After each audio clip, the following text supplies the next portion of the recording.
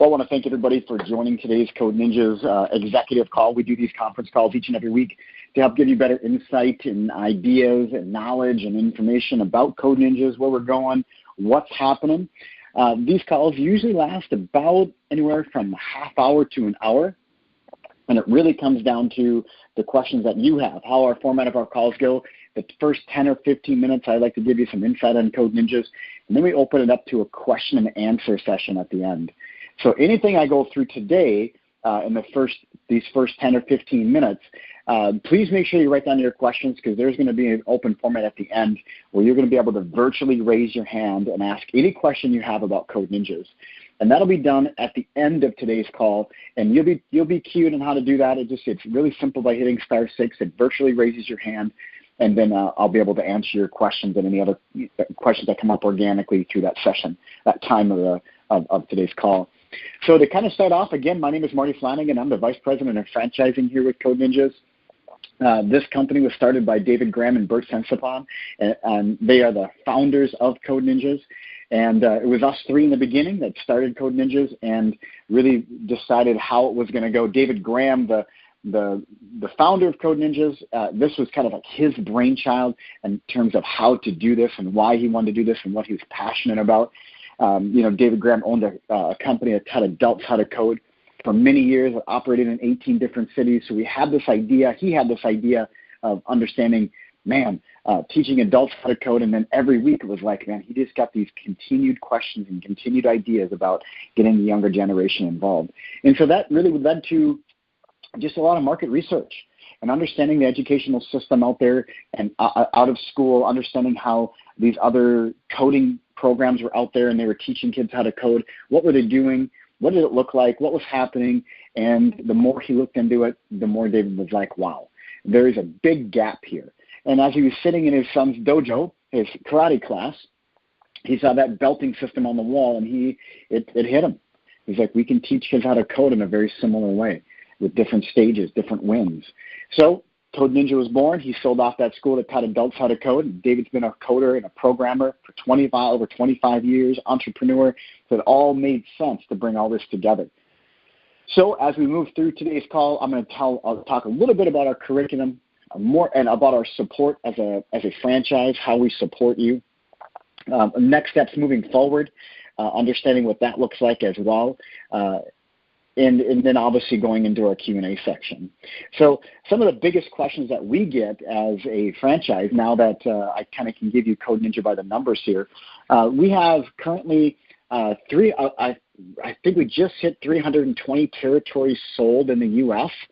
We are open to Canada. That started about 3 or 4 weeks ago. We're legally approved in Canada. We hope to have our first Canadian center open in the next 4 months.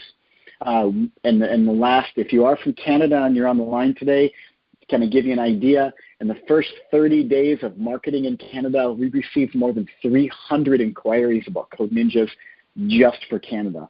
So it's really exciting to see Canada responding much the same way that the U.S. did in terms of just seeing the value and the importance of teaching kids how to code through a game-based curriculum and the importance of coding. So here in the U.S., 320 sold locations, where we have 65 Code Ninjas that are currently enrolling students. We have 140 franchisees. So we've done that since that's all happened since March of 2017. That's when we started awarding territories. That's also when we opened up our first location, was March of 2017. So that kind of growth, we're on pace to have 100 locations open within our first 2 years of awarding franchises. And what does that mean? That means that only 2% of franchises in the world have done that, and we're on pace to be with them in that very small percentage, in that very small space. So it's really exciting for Code Ninjas, for us over here, to see how validated, and all of our franchisees, to see how validated we are by the marketplace, by parents, by entrepreneurs, by the tech world in general, to see how we are received and how we're validated in our business model is validated compared to others. So why is that? Why do when people dig into Code Ninjas and they scratch below the surface, why do they become a franchisee? Why do they see the value in what we do? Well, one is we built Code Ninjas from the beginning to be a franchise. We did not start this off as something that we saw as, hey, let's turn this into we're mom and pop shop, which there's nothing against that. It's fantastic. But we built this in the beginning to say, we're going to build this as a franchise. So that put different lens on over our eyes in terms of how we need to scale our business, the support we need to offer, how our curriculum is going to roll out, and what that looks like for our franchisees. To start with that, I get two main questions: support because of our growth, and curriculum. I'm on the phone 8 to 10 hours a day, have been for almost 2 years, and to those questions, every question we get usually falls into one of those two buckets.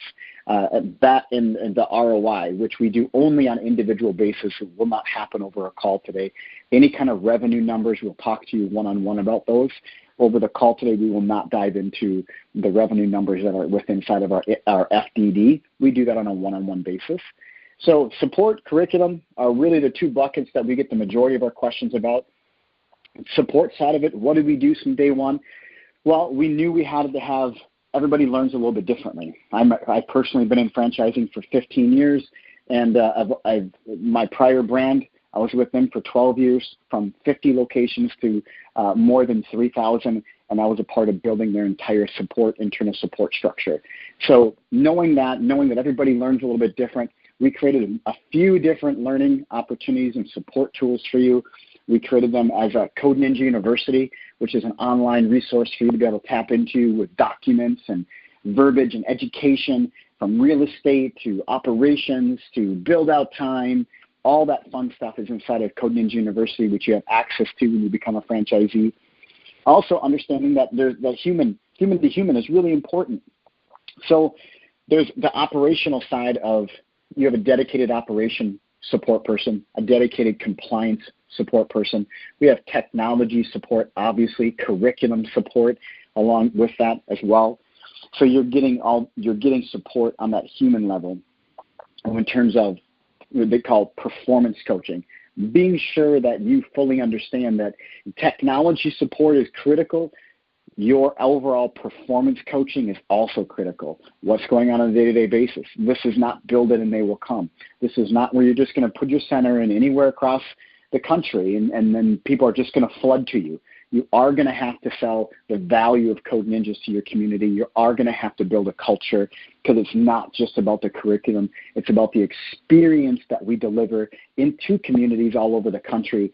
And that's one of the biggest reasons why we decided to be a franchise, is because we knew that entrepreneurs all over the country can deliver a better experience than a corporate run entity from across the country. So that support structure is there for that. We also have built-in collaboration tools, which is really important. Franchisee to franchisee support, peer-to-peer support, and education and accountability, that's critical to your success as well. So from the beginning, we've built in collaboration tools where when you become a franchisee, you're immediately connected to other franchisees all over the country.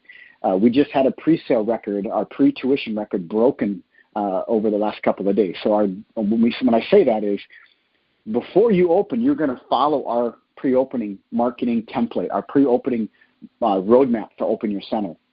And it's interesting because 3 weeks ago, that record was broken, and now just 2 days ago, that record was broken. And how we know that is because we obviously have the data, but then all of our franchisees know that because they talk about it on our collaboration tool. They're going back and forth. How did you get there? What did you do?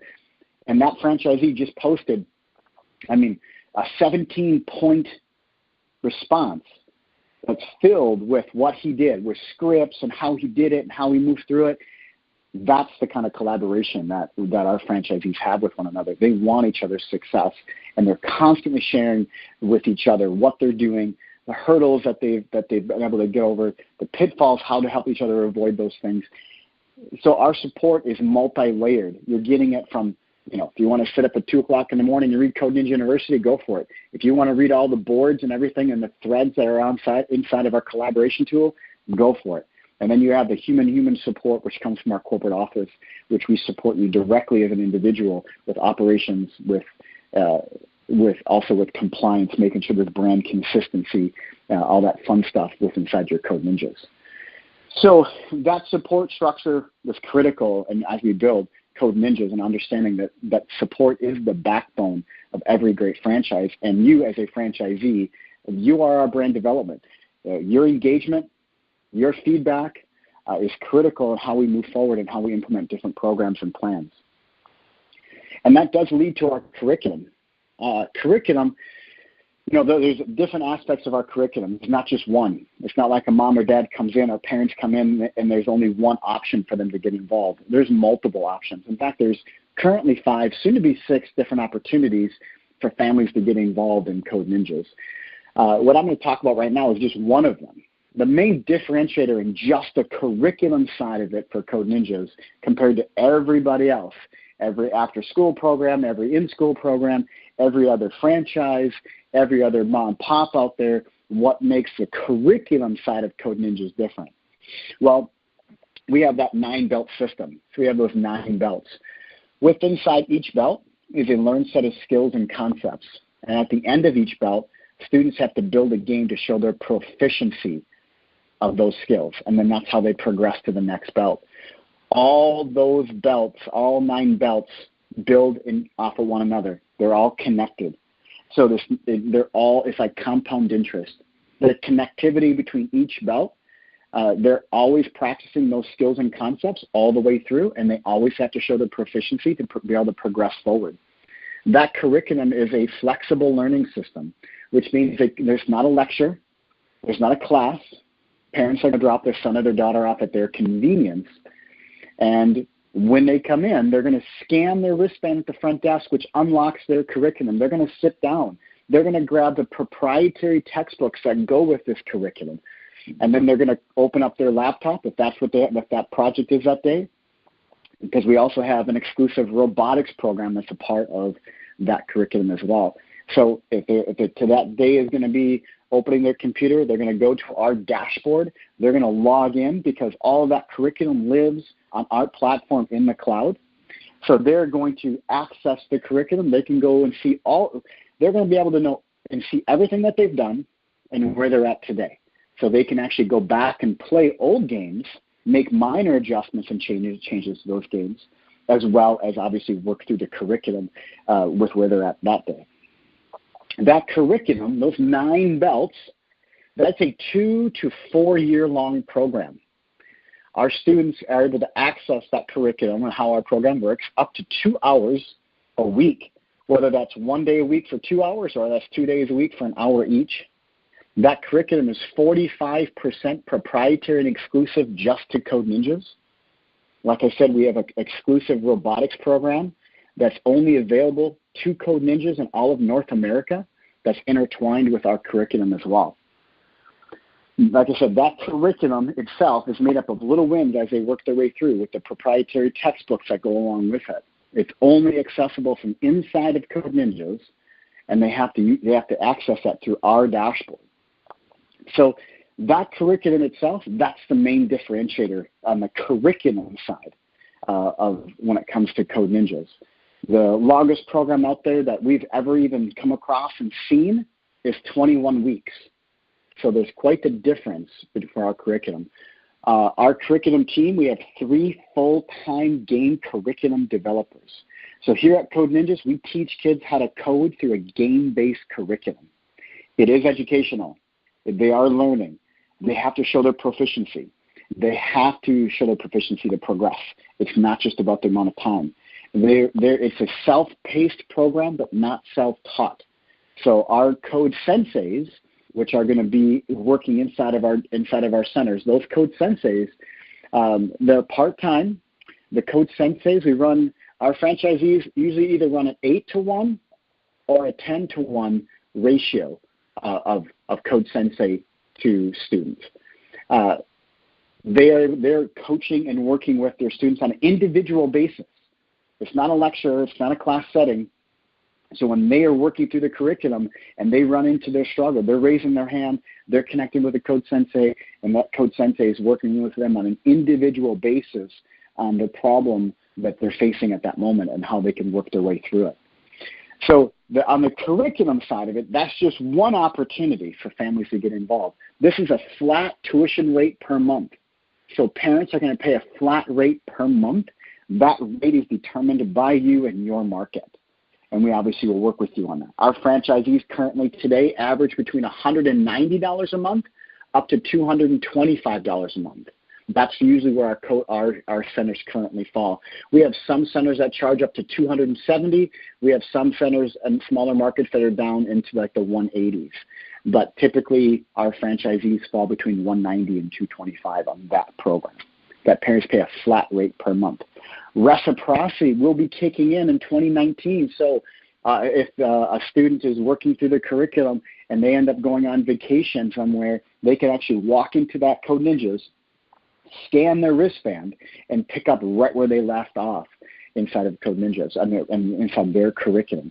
And you as a franchisee get paid for that. It's not free. It's not like you're losing out on that actual experience and that usage in your center. With 320 centers or 320 territories sold with 65 open, reciprocity next year is going to be a real thing that's going to be used by families all over the country. So that's the gist on that one part of the curriculum. We also do birthday parties. We also do Parents' Night Out, which Parents' Night Out is really a good time for you to show off your culture and get kids involved into this program a little bit, let them see the experience and have some fun. We also do an after-school program. This one I just described to you as our drop-in program. And then we also do camps. Camps is whenever there's not school. So you can do camps inside your Code Ninjas. Currently, I believe we have 6-7 different camp offerings, and you're able to do those camps whenever there's not school. They're typically half day long.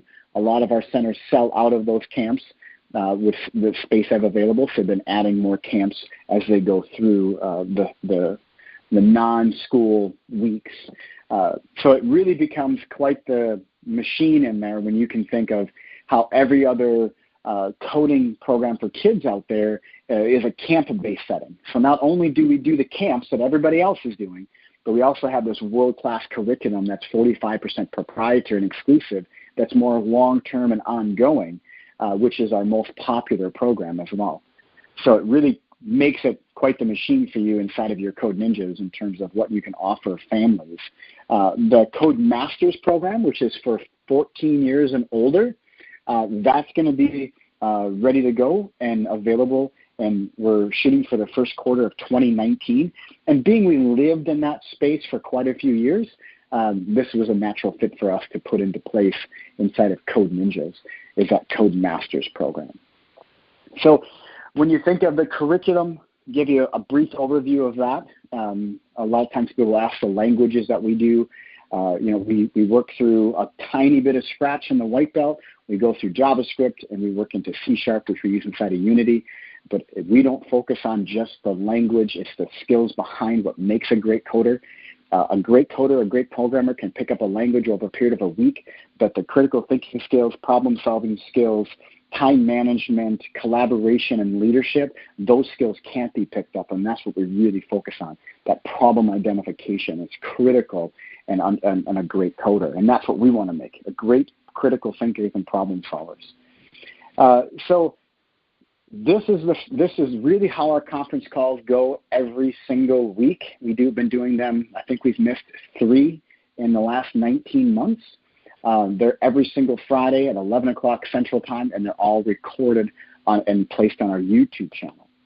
So if you have any questions, this is going to be your time. If you have questions, anything, if you've had the franchise disclosure document, if you haven't seen it, if you're curious of what it takes to come to Discovery Day, what that looks like, any questions you have about Code Ninjas, where we're going, what we're doing, our strategies, marketing, I don't know what you don't know or what you want to know, so this is going to be your time to be able to ask me any questions that you have, and we'll dive right into those questions. It's pretty. You're going to hit *6, and that's going to virtually raise your hand. Now, if I did such a fantastic job and nobody has any questions, then we'll end today's call and we'll move on. But if you have questions, this is going to be your time. You're going to want to hit *6. That's going to virtually raise your hand, and you'll be able to ask your questions. And we have a couple here. This will be great. Hi, you have a question? Hi, you have Hello? a question? Yes. Yeah, can you hear me? I can hear you. Yeah. So the question is like the curriculum part you mentioned, right? That curriculum we have to access inside the Code Ninjas only, right? Correct. Okay. So like how we are, getting kids involved, like they can practice at home, something like that. Our curriculum is not accessible from home, only from on-site. Now, we have a parent portal. We have a parent portal where parents can play the games and see what their son or their daughter has done, and they can play those games. But they're not going to be able to work through the curriculum at home. Okay, but like still they can access and see what the kids are doing, or kids can practice at home, or like how it works. Well, practice is going to be done on site, so I guess I really want to understand what practice is, because practice would really be moving through the curriculum. Oh, so they can just visually see that what they are doing. Yeah, they can make minor changes, but it's not like they can actually redo the curriculum or anything like that. And parents can play the games that their son or their daughter had built, so they stay engaged, and they can see the result of that commitment of coming in. Okay. And one more thing regarding the site, the site minimum requirement, right? So how the flexibility is there? Like, is there any flexibility, or if I'm not getting the, actual amount of the location size and the area which I'm looking, then how many percentage it fluctuates and can happen? Our flexibility on our site size is anywhere from 1,600 to 3,200 square feet. Right. But if I'm not even getting the 1,600 square feet available in the area where I'm planning to have the location, then in that case, how things work? We can't. 1,600 to 3,200 square feet is our range. So if you're not finding 1,600 square feet, you need to go back to the drawing board, because we're not going to have less than that. Say that again? So you're going to have to, 1,600 square feet is our minimum. Right. So if you're not finding that, you have to continue looking. Oh, okay. But if I'm not finding, but the area which I'm looking, I have to move out of that area, right? And that might reduce my potential, right? Of getting. Yeah, if you can't find real estate in the area that you're considering, and you have to go outside that area, then that area has to meet the requirements. You can't just open up in a market that doesn't meet the requirements because you have a purchased territory. So even if you purchase a territory, can't find real estate, you have to, if you're going to move it, which you can, you have to move it to an area that still meets the requirements to have a Code Ninjas. Okay. All right, thank you. Hi, you have a question? Yeah, and what is the average time to accelerate to the next one, and how the locations are pre-approved? So if I already have one, and if I want to kind of scale it to 2 or 3, is there already a pre-approval for that? Yes, it would all be pre-approved. So if you're buying multiple locations, each location would be approved as you right away from the start. So each territory that you would purchase in the beginning would meet the requirements of Code Ninjas beforehand. Yeah, so based on the numbers you provided earlier, right, which was around 300 plus location, you only had 140 owners. So I'm assuming that each one was buying either 2 or 3, and your team was helping them already pick up those areas they would like to create one in near time future. Is that accurate? Correct, yeah. Yep, every location has a cross street with a 2 to 3 mile radius around that cross street, and those demographics within inside that 2 to 3 mile radius all meet the Code Ninja requirements. Got it. And I already know there are certain that are building in my area, and I have been researching on this for a while. But if I have to take an action, how far I really need to be from the one that is currently opening? 6 miles would be a safe way to look at it. Okay. We do not. Right. We do not stack Code Ninjas on top of one another. So, if, for example, if somebody near you has a 3 mile radius, you want to start looking about 6 miles away. Got it. And are you also having a pre-approved locations that where I can go and check which sites? Because right now what is happening is I already had a place and I was searching for it, and somebody already kind of took it over. So I'm like, wow. So, I have to go back again to the drawing board. So how are you making sure that the folks who are kind of looking there, some way to know, that is already being taken? Well, here's how it works. So this is a good question. So that I would want to make clear for everybody that's on the line, which we have, a little over 35 people on today's call. When you are going down the road with Code Ninjas, which basically means you've had a few calls with us, you've met the requirements that we have set forward. Once you do that, we hold your territory for you. If you call me today and just say, hey, I'm considering a location, I'm considering, East Vale, California. I'm considering that market. And that's our very first phone call. And if you call me or email me back in a month and I sell that territory, you have no right to be upset at me because you mentioned it, right? You didn't go through the approval process. You didn't meet the requirements that we have for our Code Ninja franchisee. Once you do that and you enter the process with us, and we know that you have the financial means to take care of it, you've walked through the Excel document with us, you've went through the disclosure period, we will hold your territory for you. You don't have to pay for it. You don't have to sign anything, but we'll actually hold on to your market for you. So it removes the anxiety of you thinking somebody's going to buy it from underneath me. But if you just mention it, that's not holding a market. You have to meet the Code Ninja requirements to be a franchisee for us to hold on to a market for you.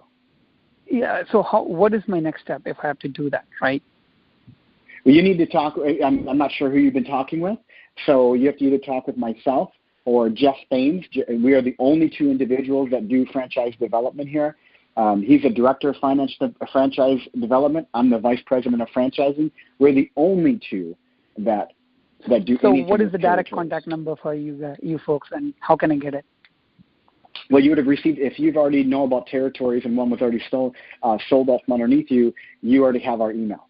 So you can either email me or Jeff, whoever you've been working with. I approve all the territories for Code Ninjas across the country. So if you would like to talk to me, great. But if you've already been talking with Jeff, stay with Jeff. He and I have been working together for 15 years. We know how this works, and we work really well together. So whoever you've been talking to, either myself or Jeff. Okay. All right. Let me go back and check my email box. If I do not, then what is my best bet to reach out to you guys? You can email me, Marty, M-A-R-T-Y, at codeninjas.com. Marty. Okay. At codeninjas.com. And I'll find it for you. All right. Thank you. All right. You will hear from me. Hi. You have a question? Yeah, hi, this is Amit Sahu from San Diego. I have a very similar question that if this is my very first call and I'm considering, I'm a software engineer myself and I run a software company. And I have my own son and also a lot of students in the class in a private school. So I'm considering a location. So I have a question that do you assist to select the location also? Or do I have to find the location and then then we work together? This is my very first call, so I'm just trying to find out all the information. No, and I appreciate the great question. One thing I'm sorry to tell you, but San Diego is a completely closed market. It's sold out. Okay. All of San Diego County is completely sold. Oh, okay. So there is no more space. Escondido would be the only one that you could look at. Escondido has a very high student population. Actually, that is exactly where I was looking. Oh, good. Yeah. Well, whatever. If it's either myself or Jeff Thames, make sure you connect one-on-one, and I've been to Escondido many, many times, so I know the market over there. We help you with identifying the best part of town, best market available, and we have preferred vendors that work with you on the real estate side of it. One thing to understand in franchising that gets a little bit frustrating for franchisors and franchisees is that landlords and commercial brokers, until you're committed to the franchise, any franchise, not saying Code Ninjas, any franchise, they tend to not want to give you a lot of time, effort, and energy because you could walk away at any moment. So landlords are only going to engage with you so much, and once they find out that you're actually not committed to a brand, they're going to be like, call me back when you are. Same with commercial brokers. Commercial brokers are the same, 90% of them fall within the same bucket is, oh, you're not committed to a brand yet, you're just looking around. Well, they're only going to give you so much information, and then they're going to have you come back to them when you're actually committed because then they know that you have to move forward. So in franchising, it gets a little bit frustrating there with landlords and commercial brokers, real estate brokers. That'd be like me not wanting to talk to you until after you became a franchisee. Right? I don't know why they do that, but that's the way they operate, and that's fine. That we have to live around their rules. But landlords and commercial brokers typically won't give you a lot of energy until after you're committed to a brand. And I see why, because they could give all this work to you, and you could, at the last minute, step away. Correct. If everything works out, I may be willing to just buy the real estate as well, so we don't have to deal with this. That is another option I have. And I do live in Escondido, and that is where I'm looking. So let me know how. Yeah, no, I'd say that look back at your email on who may have sent you some information. It's either going to be myself or Jeff Thames. If you can't find it, just email me, Marty@codeninjas.com, and I'll get you connected. Okay, sounds good. Thank you so much. Awesome. Thank you. Hi, you have a question? Hello? No. Hi, do you have a question? Hi, my name is Lindsay. I'm from Halifax, Nova Scotia in Canada, and I'm wondering how long does it typically take to get a Code Ninjas operation up and running, and how many people it takes typically to operate it? Awesome. Thank you for your question. So when it comes to, we have, from the day you sign your franchise agreement to the day you open your doors for business, we average about 7 months. From the day you sign your lease of your space that your Code Ninjas is going to live in, you're typically open within 3 months. When you open your doors for business, you're going to have your one full-time center director, whether it's going to be owner-operated or if you're going to hire somebody. So you're going to have that one full-time center director. Then you're going to have 3 to 5 part-time Code Senseis. Wonderful. So you don't have to have a center director if you're going to be owner and operated. Obviously, then that would be you. Right, absolutely. That's great. Thanks very much. Awesome. Thank you. Hi, you have a question? Marty, how are you, sir? Doing wonderful. How are you? Very well. Brandon from Houston, Texas. I actually found our email was on FTD and all that, and I'm just reading over it. Good. And I have questions. Okay. A lot of questions. Everybody talking about entry level into Code Ninja. My worry is, what is the exiting strategy for Code Ninja? By all means, let's say all things did not work out well. Then what happened to us as individual franchisees? What's the plan of action? Do you have a protocol type, or how does that work out? Well, I guess I need to understand when you say work out well. That's a really broad stroke. Work out well could mean you don't fit with the culture. We don't fit with you, which hopefully we can identify that up front. Work out well can mean it took more time than you were expecting, which again is subjective to your Code Ninjas. So when you say work out well, we really have to identify what that means.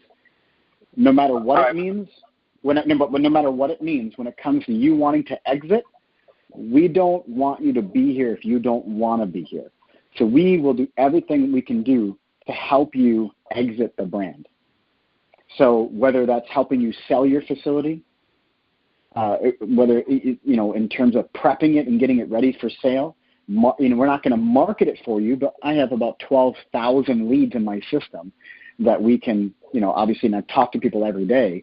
We could find a way to help you sell your facility. If you're going to close and just close your doors and run away, then there's legal obligations. You're a landlord, there's legal obligations to your landlord, there's legal obligations you're going to have to your lender, and there's going to be legal obligations you have to the franchise, which all those are laid out in the franchise agreement, and we can go over those one-on-one if you'd like.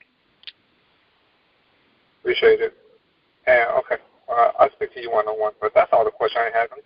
That's just the thing, go in and just have a plan of action, but like I said, by all means, worst-case scenarios type of thing. That's just with my personality.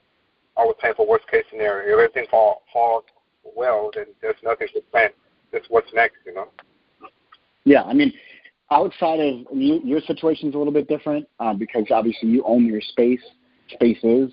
So that's a little bit different. But typically, a typical franchisee is going to have obligations to their landlord, to their lender, and then to the franchise.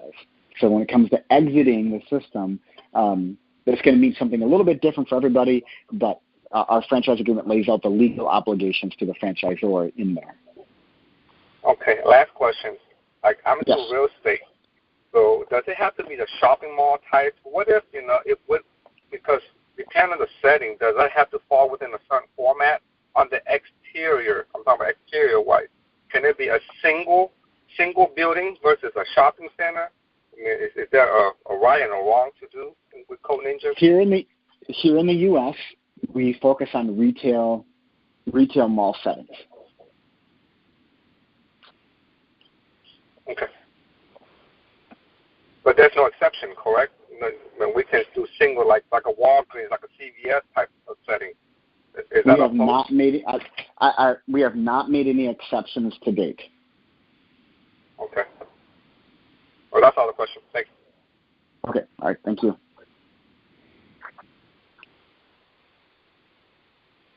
Hi, you have a question? Hi, do you have a question? Okay. Well, I want to thank everybody for taking this Code Ninjas conference call. Like I said, we do these each and every week. They last anywhere from a half hour to an hour to jump into your questions. If you're interested in attending a Code Ninjas Discovery Day, we host those on the second Thursday of every month. There are certain requirements that we need from you to come to a Discovery Day. They are by invitation only. We usually have anywhere from 20 to 30 attendees per Discovery Day. Those are usually individuals that have put their work in, put their time in, and this is kind of the last piece of the puzzle that they need to make a decision to move forward. So if you're interested in learning more about anything like that, or if your questions didn't get answered today, feel free to email me, Marty, M-A-R-T-Y, @codeninjas.com. If you have no idea who you're supposed to contact because the email got put in your junk or whatever, don't worry about it. Just email me, and we'll get you connected. And again, that's Marty @codeninjas.com. I thank you for taking the time today. We enjoy these calls each and every week, and we look forward to working with you moving forward.